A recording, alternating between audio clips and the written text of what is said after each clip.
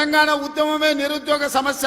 ఈ నిరుద్యోగ సమస్యనే తెలంగాణ రాష్ట్రాన్ని సాధించి వందలాది మంది బిడ్డలు ఆత్మ బలిదానాలు చేసుకొని సాధించుకున్న తెలంగాణలో 10 నెలల్లో నేను 50,000 ఉద్యోగాలు ఇచ్చిన ప్రభుత్వ ఉద్యోగాలు. 10 ఏళ్లలో నువ్వు ఎన్ని ఇచ్చినవో లెక్క కట్టు, తలకాయ లెక్క పెడదాం.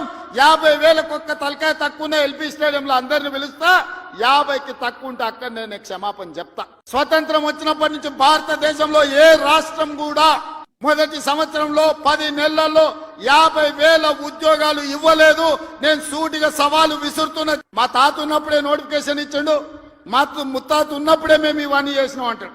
వెనకటికి ఎవడోనంటే వాడిని తాతలు నేతులు తాగుతానంట, ఇప్పుడు వీడు మూతులు నాకిండంట. గట్లున్నది వీళ్ళ మాటలు. చెప్పుకోవడానికి బాగానే ఉంటది.